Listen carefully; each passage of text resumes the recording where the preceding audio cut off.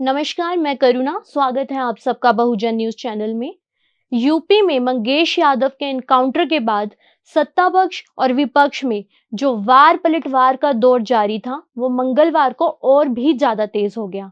Samajwadi party के अध्यक्ष अखिलेश यादव ने एक ग्राफ जारी कर दावा किया कि यूपी में 207 आरोपियों की फर्जी मुठभेड़ में हत्या की गई है।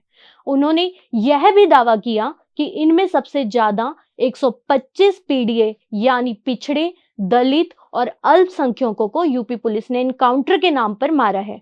यह मामला है मंगेश यादव की हत्या का।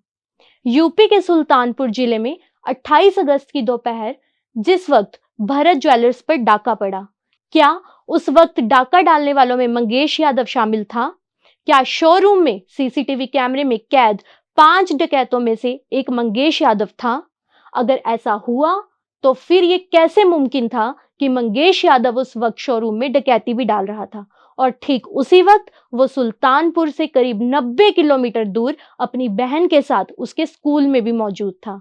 और सबसे बड़ा सवाल ये है कि अपने 3 साथियों के एनकाउंटर की खबर मिलने के बाद भी मंगेश यादव अपने घर पर आराम से कैसे सो रहा था। यही वजह है कि यह मामला अब एनकाउंटर और मर्डर के बीच आकर खड़ा हो गया है। अखिलेश यादव ने इस एनकाउंटर को लगातार मुद्दा बना रखा है, साथ ही जाति का हवाला देते हुए कहा कि मंगेश की जाति यादव है, इसीलिए उसका एनकाउंटर किया गया। इसके न्याय के लिए न्यायालय में जाना चाहिए। आखिर कब तक शोषित समाज के खिलाफ ऐसे षड्यंत्र रचे जाएंगे और एनकाउंटर के नाम पर हत्या की जाएगी? वैसे भी लोकतंत्र प्रणाली देश के वंचित, शोषित लोगों को न्याय दिलवाने में विफल रही है, क्योंकि सरकार अगर आज तक के अन्याय, अत्याचार के आंकड़े उठाकर देखें तो देश के न्यायालय, भारत के जेलों में 90% लोग वंचित और शोषित समाज के ही मिलेंगे।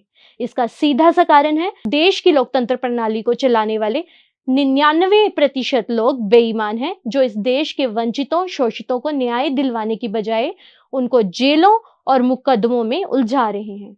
देश की लोकतंत्र प्रणाली के द्वारा शोषितों, वंचितों के कष्ट निवारण और सामाजिक आर्थिक उत्थान के लिए कोई ठोस योजना बनाई ही नहीं जा रही।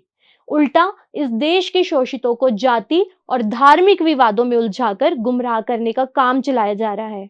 इस सब के लिए देश की लोकतंत्र प्रणाली, विधायिका, न्यायपालिका, कार्यपालिका और चौथा स्तंभ कहा जाने वाले मीडिया पूर्णतः से जिम्मेदार हैं।